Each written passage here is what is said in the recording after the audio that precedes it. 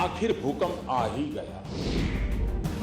कोई तो कारण होगा कि धरती मां इतनी रूठ गई होगी।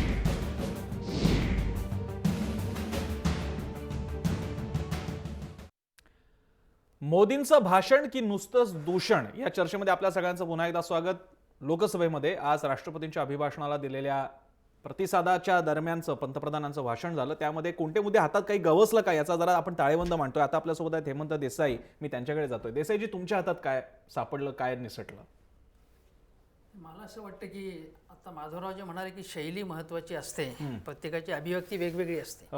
मोदींची शैली आणि अभिव्यक्ती प्रभावी आहे हे सगळ्या देशांनी मान्य केलं आहे, म्हणून त्यांना मोठ्या मताने निवडून दिलेलं आहे।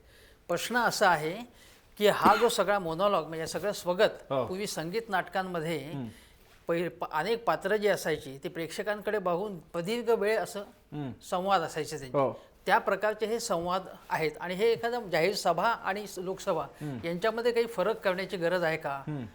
मला वाटतं की फरक केला पाहिजे। म्हणजे अगदी तुम्ही जुना इतिहास जरी बघितला, अगदी पंडित नेहरू असतील, नरसिंहराव असतील, इंदिरा गांधी असतील, अगदी वाजपेयी असतील, हे विरोधकांनी उपस्थित केलेले मुद्द्यांची दखल घेत घेत त्याच्यावरती उत्तरं देणं आणि थोडंसं ज्याला म्हणतो की एक थोडंसं कम्युनिकेशन संवादाचं एक हे असं अशा प्रकारची शैली असायची। आत्ता ही शैली जी सगळी आहे ती संपूर्णपणे मी आता बोलतोय आणि तुम्ही ऐकायचंय फक्त, अशा प्रकारची आहे। आता याच्यामध्ये महत्त्वाचा प्रश्न जो आहे तो काळ्या पैशाच्या संदर्भात आहे। जे जे मुद्दे उपस्थित झाले ते मी परत सांगत नाही।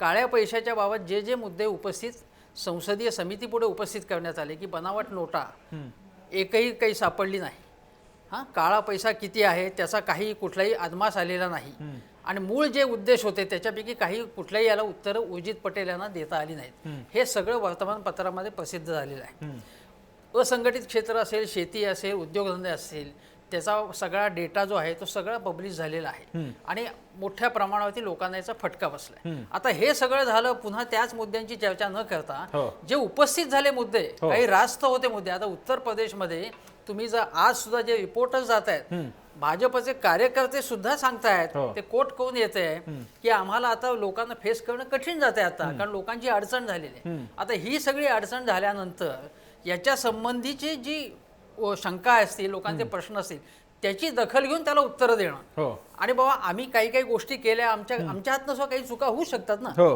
आणि पण त्यांनी काय सांगितलं की सगळे म्हणतात की वेळ जी आहे ती सगळं इकॉनॉमी चांगली चालली असताना तुम्ही हे का केलं? तर त्यांचं म्हणणं की इकॉनॉमी चांगली चाललेली असतानाच करणं शक्य असतं का, प्रतिकूलतेच्या काळात कसं करता येईल? परंतु इकॉनॉमी चांगली चाललेली असताना नोटाबंदीचा जो हे नोटाबंदी करण्याची आवश्यकता होती का, ती न करता तुम्हाला काळ्या पैशावरती आघात करता आला असता का, हा पहिला प्रश्न आहे। दुसरा प्रश्न असं ते काय म्हणाले की इतके दिवस असायचं की भारतातनं चालणारं तिकडे रवाना झालेला पैसा आणि तिकडे असलेला पैसा, आता तिकडनं येणाऱ्या पैशाची चर्चा होते। आता याचा जर डेटा जर तुम्ही बघितला तर भारतामधनं परदेशामध्ये गेल्या 50-60 वर्षात जो काही पैसा गेलाय तो अक्षरशः अब्जावधी कोटीचा गेलेला आहे। त्यातला किती पैसा आला याची काही फिगर तुम्ही दिली आहे? कुठली फिगर दिली तुम्ही? फॉरेन इन्व्हेस्टमेंट वाढली आहे हे म्हणू शकता तुम्ही, समजू शकतो आम्ही। FII इन्व्हेस्टमेंट वाढली आहे का, वाढली आहे ती, त्याबाबत काही शंका नाही, पण या प्रश्नांची काही उत्तरं देता तुम्ही? आणि दुसरी गोष्ट म्हणजे वारंवार नेहरू गांधी घराण्याचा उल्लेख करणं एक फोबिया झालाय की काय याच्यामध्ये। आता ते तुमची सत्ता आलेली आहे तेव्हा याच्यामध्ये विद्वेष दिसतो। पंतप्रधान झाल्यानंतर तर 2.5 वर्ष होऊन गेली तुम्हाला, तर तुम्ही सगळ्या जगभर फिरता वगैरे, तर तुम्ही इतका द्वेष का बाळगता तुम्ही? कोणी म्हटलं एक फक्त नेहरू गांधी घराण्याने हे केलेलं आहे, तेव्हा तुम्हाला आता त्याच्यावरती महाजन योग्य बोलले की तुम्हाला त्याच्यावर काही क्लेमच करता येत नाही।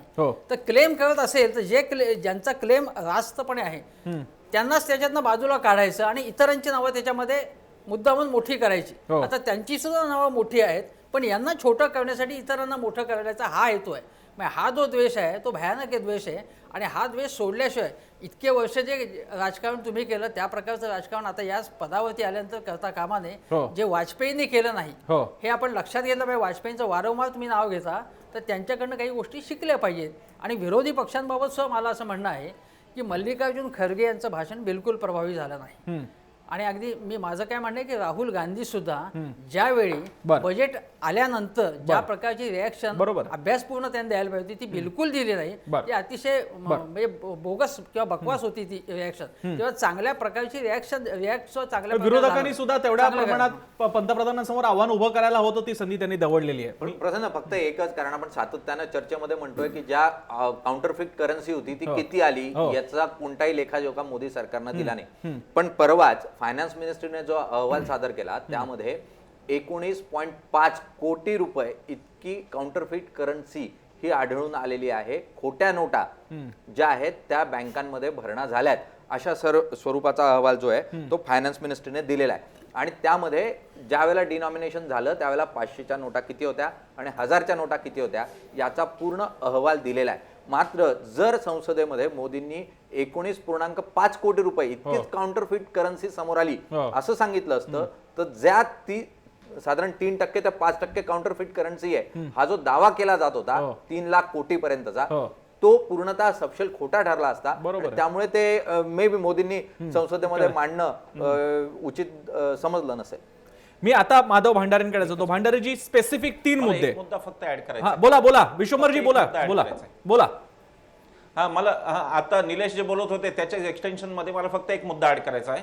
अनिल गलगलींना जे आरटीआय मध्ये आरबीआयनी सांगितलं, रिझर्व्ह बँक ऑफ इंडियानी, त्यांनी असं सांगितलं की फेक नोटचा कुठलाही आमच्याकडे रेकॉर्ड नाही, अशा फेक नोट आलेल्याच नाहीत. याचा अर्थ जे सांगितलं जात होतं की टेररिस्ट पैसे तयार करतायत, नक्षलवादी करतायत आणि ते पैसे जात आहेत, ते खोटं आहे. त्याच्यावर तरी पंतप्रधानांचं भाष्य आवश्यक होतं असं मला वाटतं. बरं, मी माधव भांडारेंकडे जाण्यापूर्वी फक्त परिचय करण्यासाठी आपल्यासोबत आता शिवसेना नेते अनिल परब सुद्धा आहेत, त्यांच्याकडे सुद्धा मी जाणार आहे. परबजी, तुमचं स्वागत आहे. पण तुमच्याकडे येण्यापूर्वी मला पहिल्यांदा माधव भांडारेंकडे जावं लागतंय. भांडारेजी, 3 स्पेसिफिक प्रश्न, तुम्ही म्हटल्यानुसार मुद्द्यांवरती प्रश्न. पहिली गोष्ट म्हणजे जर का काळा पैसा आणण्यासाठी जो पंतप्रधान मोदी म्हणाले अब तक वहां से आवाज आ रही थी कितना कितना आतापर्यंत आम्ही असं म्हणायचो विरोधात असताना की कितना खाया, आजचा विरोधी पक्ष विचारतोय कितना लाया. मग माझा तुम्हाला प्रश्न आहे, कितना लाया आकडा सांगा. दुसरा भाग, डिमॉनिटायझेशनच्या बाबतीत राजीव गांधींनी कशा चुका केल्या, इंदिरा गांधींनी कशा प्रकारे निर्णय घेतला नाही आणि यशवंतरावांना कसं सांगितलं की तुम्हाला आम्हाला हरवायचंय का. माझा स्पेसिफिक प्रश्न आहे, किती खोट्या नोटा आल्या, किती एकूण काळा पैसा जमा झाला किंवा नाही जमा झाला, आणि या नोटा आणण्याच्या मागचं लॉजिक काय होतं, 2000ची नोट का आली नाही. आणि तिसरा प्रश्न मला आपल्याला विचारायचा आहे, हा दरवेळी जो गांधी गांधी मुद्दा केला जातो की एका कुटुंबाला वाटतं की आपणच स्वातंत्र्य आणलं, नेमका आता हा मुद्दा कुणी उपस्थित केला की ज्याला प्रत्युत्तर म्हणून दरवेळी तुम्हाला आठवण करून द्यावी लागते की नेताजी सुभाषचंद्र बोस, सावरकर आणि या सगळ्यांचा सहभाग होता. माझे 3 स्पेसिफिक प्रश्न.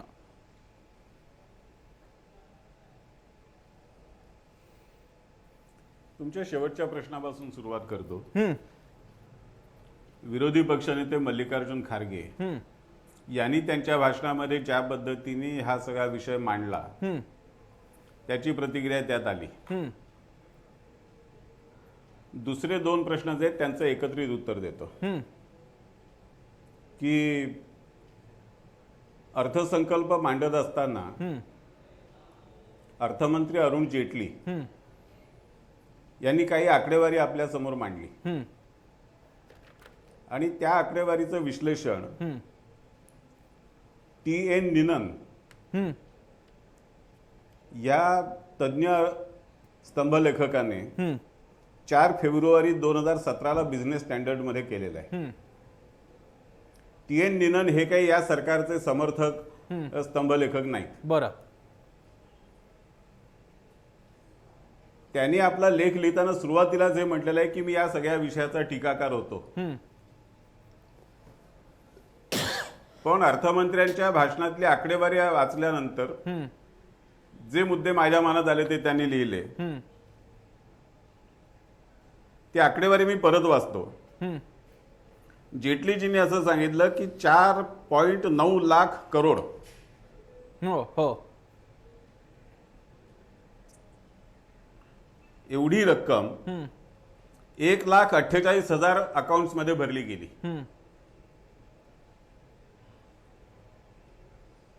या 500 आणि 1000च्या नोटांमधली, म्हणजे जवळजवळ सरासरी 3.31 करोड रुपये एका खात्यामध्ये भरले गेले. म्हणजे ज्यांनी 80 लाखापेक्षा जास्त रक्कम आपल्या खात्यांमध्ये भरली ते हे 1,48,000 अकाउंट्स आहेत. दुसरी आकडेवारी त्यांनी ही दिली की 2 लाखापासून 80 लाखापर्यंत ज्यांनी पैसा आपल्या खात्यांमध्ये भरला ते जवळजवळ 1.1 लाख कोटी रुपये ते आले. म्हणजे आधीचे 4.9 लाख कोटी आणि हे 1.1 लाख कोटी 6 लाख कोटी रुपये. बरं. हे 6 लाख कोटी रुपये हे जे अकाउंट्स मध्ये आले ते सगळे काही सफेद पैसा नाही. आणि त्यांचा पुढचा निष्कर्ष त्यातला असा आहे की हा जवळजवळ व्यवहारामध्ये असलेल्या 15.4 लाख कोटी रुपयांच्या नोटांपैकी 39% हा पैसा होतो. आता हा पैसा या लोकांनी जो भरला तो त्यातला किती व्यवहारातला होता, किती बरोबर होता, त्याच्यामध्ये बेहिशोबी पैसा किती होता, काळा पैसा किती होता, या सगळ्याची छाननी सुरू आहे अर्थमंत्र्यांनी सांगितलं. आणि त्याच्यातून अधिक आकडेवारी आपल्या समोर येईल हेही त्याच्यातून स्पष्ट आहे. बरं. त्यामुळे नोटा बदलण्याचा निर्णय घेतल्यानंतर काळा पैसा किती समोर आला ह्याचं एक प्राथमिक उत्तर TN निनन सारखे अभ्यासक द्यायला लागलेले की 6 कोटीच्या आसपास, 6 लाख कोटीच्या आसपास. बरं. हा काळा पैशाच्या परिघातला पैसा असावा असं त्यातलं एक आता विधान आपण करू शकतो. आणि ही काही लहान रक्कम नाही. 86 लाख कोटी रुपये जे 500 आणि 1000च्या नोटातला जे विड्रॉ करण्यात दुसरा आले, जो मुद्दा अर्थमंत्र्यांच्या भाषणामध्ये माधवराव, आला एक मिनिट बोलू का? त्याच्यामध्ये त्यांनी हे सांगितलं की या एक मिनिट नोटा बोलू? नोटा एक मिनिट बोलू फक्त. बोला बोला थोडक्यात. एकूण 86 लाख कोटी रुपये जे विड्रॉ करण्यात आले होते नोटाबंदी बदलामुळे, त्यापैकी हे 6 लाख कोटी रुपये आहेत. म्हणजे त्याच्या किती पर्सेंट, आणि त्या 6 लाख कोटींपैकी सुद्धा अजून सगळं ऍसेस व्हायचं आहे. त्याच्यानंतर त्याच्यातली खूप किरकोळ रक्कम त्याच्यामधनं असणार. त्याच्या बदल्यामध्ये जो फटका बसला इकॉनॉमीला, जो ग्रोथच्या दृष्टिकोनानं, आणि बाकीचे जे लॉंग टर्म असे इफेक्ट झालेले आहेत ते परिणाम आपण बघितले तर खरा ताळेबंद मांडता येईल. ओके. मला इकडे महाजनांना सुद्धा विचारायचं आहे. महाजनजी, तुम्हाला ज्या लाईनने स्पष्टीकरण देण्यात येते, म्हणजे एखाद मान्यवर लेखकाचा कॉलम हा एखाद्या सरकारचा प्रत्युत्तर असू शकतं का? दिलं नाही तुम्ही. हा बोला भांडारी, बोला, पूर्ण करा. मला वाटलं तुम्ही थांबला होतात, बोला, पूर्ण करा. नाही, मी थांबलो नाही. मला एक तर मला आधी दिसत नाही समोर कोण बोलतंय ते. नाही बोला. त्यामुळे मध्ये कोणतरी म्हटलं की 1 मिनिट मी बोलू का? हेमंत देसाई सर होते ते मुद्दा मांडत होते.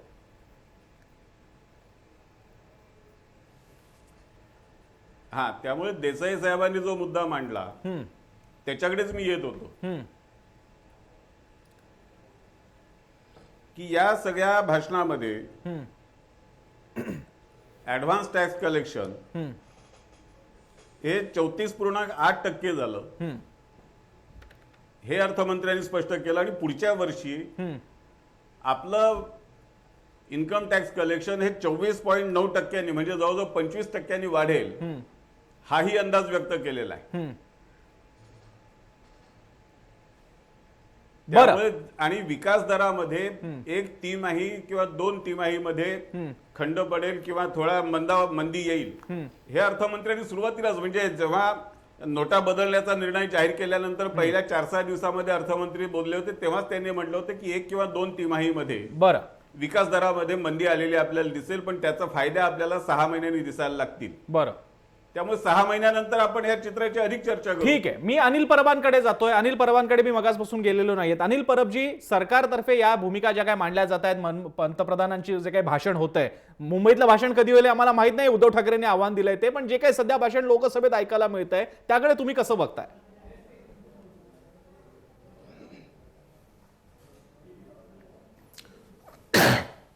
आमच्या पक्षाची भूमिका अतिशय स्पष्ट आहे. शिवसेनेच्या पक्षप्रमुखांनी जी भूमिका मांडली आहे त्याच्यामध्ये त्यांचं एकच म्हणणं आहे की काळा पैसा कसा आणायचा, कधी आणायचा, काय करायचं, याच्यावरच्या उपाययोजना काय करायच्या, हा पंतप्रधानांचा निर्णय आहे. आम्ही काळा पैसा आणण्याच्या बिलकुल विरोधात नाही आहोत, परंतु त्याचा फटका सर्वसामान्य लोकांना बसता कामा नये. ज्या काही आतापर्यंत सर्वसामान्यांचे बळी या रांगेत गेलेले आहेत ते चुकीचे आहेत.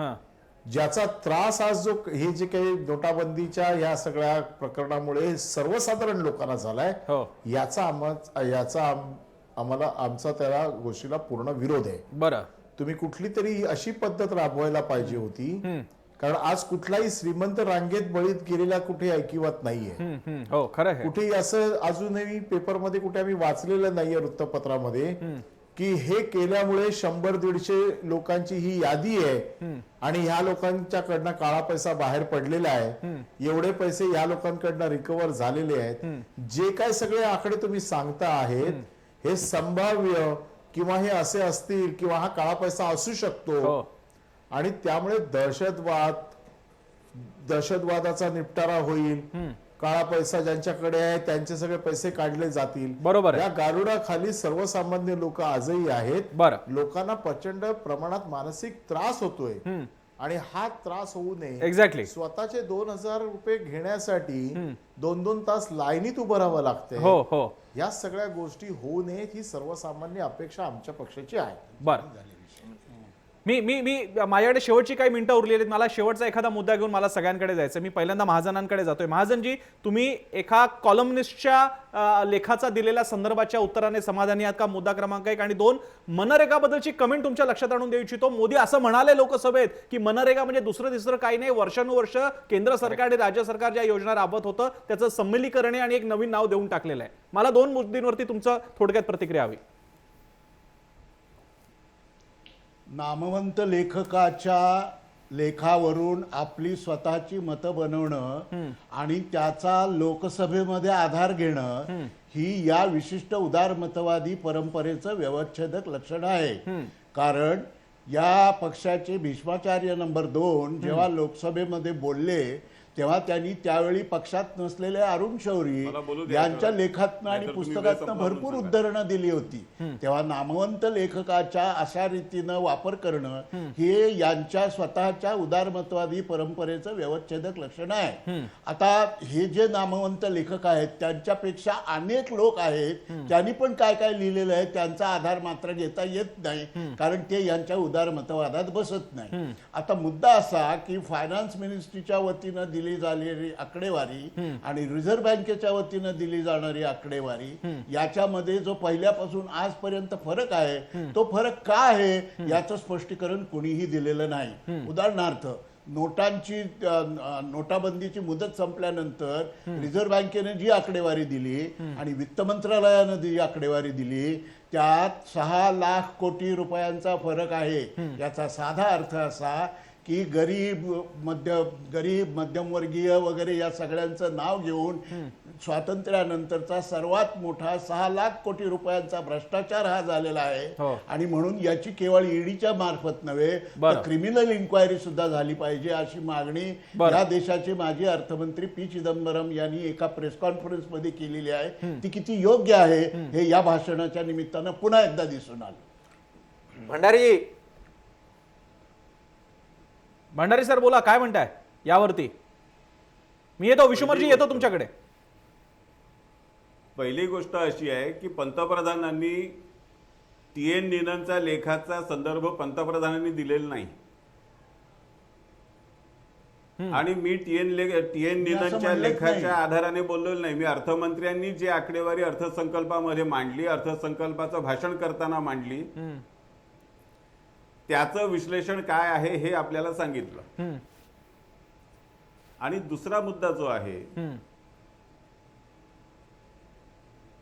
की 6 लाख कोटीचा भ्रष्टाचार वगैरे जे काय हे म्हणतायत, हो यांचे राष्ट्रीय उपाध्यक्ष एक काहीतरी लोकसभेत भूकंप करणार होते.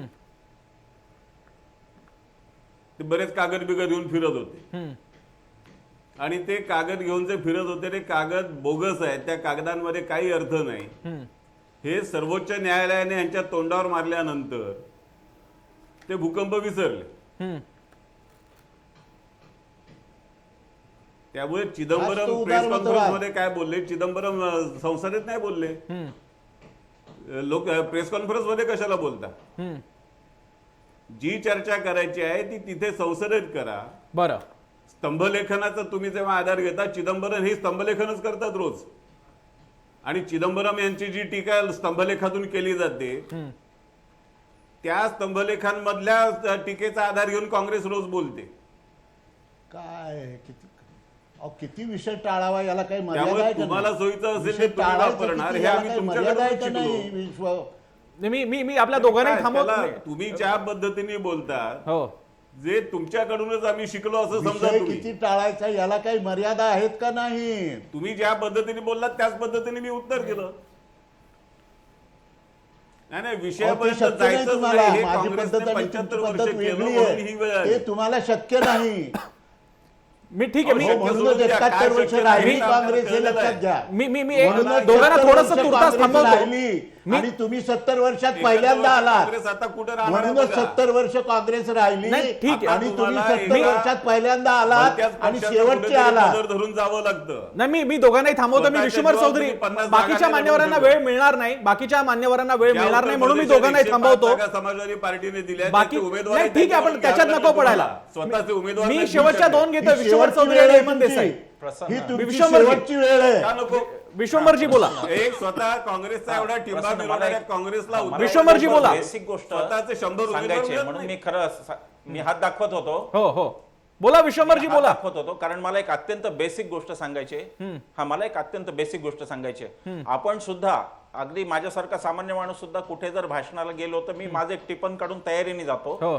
ऍटलिस्ट मी करेक्ट फॅक्ट म्हणजे फॅक्च्युअली करेक्ट असेल, मी फॅक्च्युअली रॉंग नसेल. एक उदाहरण देतो मी फक्त, आता बाकीची चर्चा करायला वेळ नाही. मनरेगा बाबत पंतप्रधान म्हणाले की या योजना आधीच सुरू केल्या होत्या. त्यांनी कोणाकोणाचं नाव घेतलं? त्या म्हणाले इकडे सुरू झाली, तिकडे सुरू झाली, कम्युनिस्टांनी सुरू केली, शरद पवारांनी सुरू केली. आता हे इतकं आश्चर्यकारक विधान आहे की महाराष्ट्रात पहिल्यांदा 1972 साली विस्त पागे यांनी रोजगार हमी योजना सुरू केली आणि त्यावेळेला वसंतराव नाईक मुख्यमंत्री होते. म्हणजे माझ्याकडे यंत्रणा नसते, मी गुगल वगैरे पाहून घेतो, पण पंतप्रधान कार्यालय जर फॅक्च्युअली इनकरेक्ट डेटा देत असेल आणि लोकसभेत तो जर ठोकून बोलत असतील पंतप्रधान की हे सत्तेचे असं, तर हा फारच विश्वासार्हतेचा प्रश्न आहे. म्हणजे मला बाकी ते काय बोलले, मेरिटचा जो मुद्दा मगाशी भंडारी साहेब म्हणत होते, आणि मला वाटतं की भाजपची ही धारणा चूक आहे की वर्तमानपत्रात लिहिलं म्हणून त्याला उत्तर देऊ नये वगैरे. फक्त संसद म्हणजे देश नसते, त्याच्या बाहेर एक मोठी जनसंसद आहे. आमच्याही लेखांना कदाचित सरकारला उत्तर द्यावं लागतील ना, ते नैतिकतेत ते सरकारच्या बसत असेल.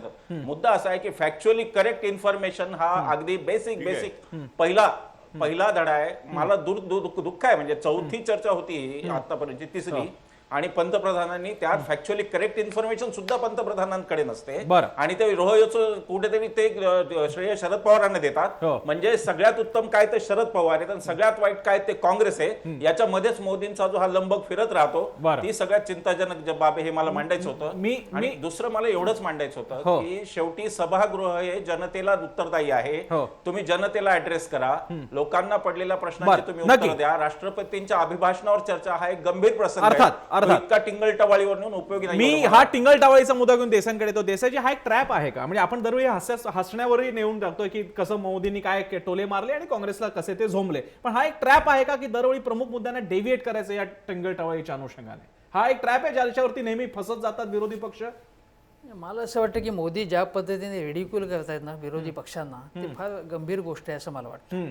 आणि विरोधी पक्ष सुद्धा प्रभावीपणे आता काँग्रेसच्या याच्यामध्ये ज्योतिरादित्य शिंदे असतील की स्वतः राहुल गांधींना त्यांनी पुढे येऊन अनेक वेळा त्यांनी संधी ती गमावलेली आहे, ते बोलले नाहीत त्याबद्दल. जे काही महत्त्वाचे मुद्दे किंवा तुम्ही राज्यसभेमध्ये बघायचं असेल तर चिदंबरम आहे, जयराम रमेश आहेत, ते चांगले खेळाडू का उतरवत नाही ते मला काही कळत नाही. दुसरी गोष्ट म्हणजे मोदी सातत्याने प्रोव्होक करतात विरोधकांना आणि त्यांना त्यामध्ये एक प्रकारचा आनंद होतो.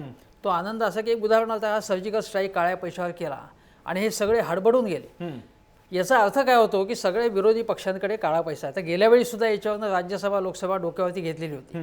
तर पुन्हा त्यांनी हा आरोप केला. आता हा जर आरोप म्हणजे त्यांच्याकडे समजा काळा पैसा असेल तर भारतीय जनता पक्षाचा आत्ता जे काही सगळीकडे महाराष्ट्रात आणि सगळीकडे चालले ते काही धुतल्या तांदळासारखे लोक आहेत का? तेव्हा या प्रकारचं करता कामा नाही. दुसरी गोष्ट म्हणजे युरियाचा मुद्दा, रेशन याच्यामध्ये काय केलं, बोगस हे काढून काढ, हे सगळे मुद्दे वारंवार त्यांनी सांगितलेले प्रचारकी मुद्दे आहेत. आता तुम्ही महत्वाचे देशापुढचे काय प्रश्न म्हणजे बजेट मांडलेले ते आणि काय ते इंटरनॅशनल सिच्युएशन असेल, देशातली सिच्युएशन, याच्यावरती काय आपण करायला पाहिजे, माझी सोल्युशन काय, तुमच्या सूचना काय आहेत, अशा सूचना मागवल्या. त्यांनी एकदाच फक्त त्याचा उल्लेख केला. पण बाकीच्या वेळी आता ते काय म्हणाले की निवडणुका एकत्र, विधानसभा लोकसभाच्या एकत्र, तर त्याबाबत आपण चर्चा करू. पण विरोधी पक्ष सगळेच काळे पैसेवाले असतील असं जर तुम्हाला वाटत असेल, संवाद प्रक्रिया सुरू कशी होणार? यामुळे ते प्रोवोक करणं, लोकांना मुद्दामून चिथावणी देणं, लोकांना बाकीचे लोक चोर आहेत आणि मी फक्त गरिबांच्या बाजूचा असा वारंवार उल्लेख करणं, त्याच्यामध्ये सुद्धा पक्षाचा, सरकारचा कमी उल्लेख करणं, स्वतःचा उल्लेख करणं, हे जे आहे ते भयंकर आहे आणि ते थोडंसं इंदिरा गांधींचीच आठवण करून देणार आहे. बरं निलेश. प्रसन्न मुख्यतः पूर्ण चर्चेवर नजर टाकली आणि मोदींच्या भाषणावर नजर टाकली तर मोदी हे काय फक्त भाजपचे पंतप्रधान आहेत अशी परिस्थिती नाही. मोदी ह्या पूर्ण देशाचे पंतप्रधान आहेत, आपले सर्वांचे पंतप्रधान आहेत आणि त्या नात्यानं त्यांनी ठेवलेला प्रत्येक मुद्दा मुख्यतः संसदेच्या प्रांगणामध्ये किंवा त्या व्यासपीठावर हा संदर्भ म्हणून वापरला जाणार आहे. जे मी सुरुवातीलाही म्हणालो की संदर्भ म्हणून वापरला जाणार आहे. आज त्यांच्या भाषणामध्ये जे संदर्भ दिले गेले ते विश्वंभर चौधरींनी सांगितल्याप्रमाणे चुकीचे दिले गेले आणि इतकंच नाही तर जे निर्णय मुख्यतः गेल्या काळामध्ये अत्यंत महत्वपूर्ण निर्णय देशाच्या अर्थव्यवस्थेच्या दृष्टीने मोदींनी घेतले त्याचं स्पष्टीकरण येणं जे अपेक्षित होतं. म्हणजे भाषण करताना किंवा डिनॉमिनेशन सुरू करताना, नोटबंदी करताना नरेंद्र मोदी हे भारतासमोर किंवा भारतातल्या जनतेसमोर गेले होते आणि त्यामुळे त्याचं उत्तरही त्यांच्याकडून अपेक्षित आहे. त्यांनी त्याचं कोणतंही स्पष्ट उत्तर जे आहे ते अद्याप दिलेलं नाही आणि त्यांनी ते लोकसभेच्या व्यासपीठावर द्यावं अशी प्रत्येकाची अपेक्षा आहे आणि त्यामुळे ते ज्या स्वरूपाचं राजकीय भाषण संसदेत करताय हे निश्चितपणे आक्षेपार्ह आणि ज्या संसदीय परंपरा आहे त्याला बगल देणार आहे असं चित्र या ठिकाणी पाहायला मिळत आहे. मी कार्यक्रम शेवट करत असताना ज्या काका हाथीरसींची कवितेचा उल्लेख मोदींनी केला त्याच दोन ओळीकडे पुन्हा एकदा म्हणेन, अंतरपट में खोजिए छिपा हुआ है खोट, फिल्म मिल जाएगी आपको बिलकुल सच्ची रिपोर्ट. हा सच्ची रिपोर्ट स्वतःच्या अंतरपाठ आपल्या स्वतःच्या अस्तनीत बघायचा प्रकार जसा मोदींना विरोधकांकडनं वाटतो तोच भाजपनेही स्वतःच्या बाबतीत करावा. या एकाच नोटवरती हाथीरसीच्या या कवितेच्या ओळींवरती आपण इथेच थांबूयात. माधव भंडारी, रत्नाकर महाजन, विश्वंभर चौधरी, हेमंत देसाई आपल्या सगळ्यांचे आभार. इथेच थांबतोय. जय महाराष्ट्र. आखिर भूकंप आ ही गया, कोई तो कारण होगा कि धरती मां इतनी रूठ गई होगी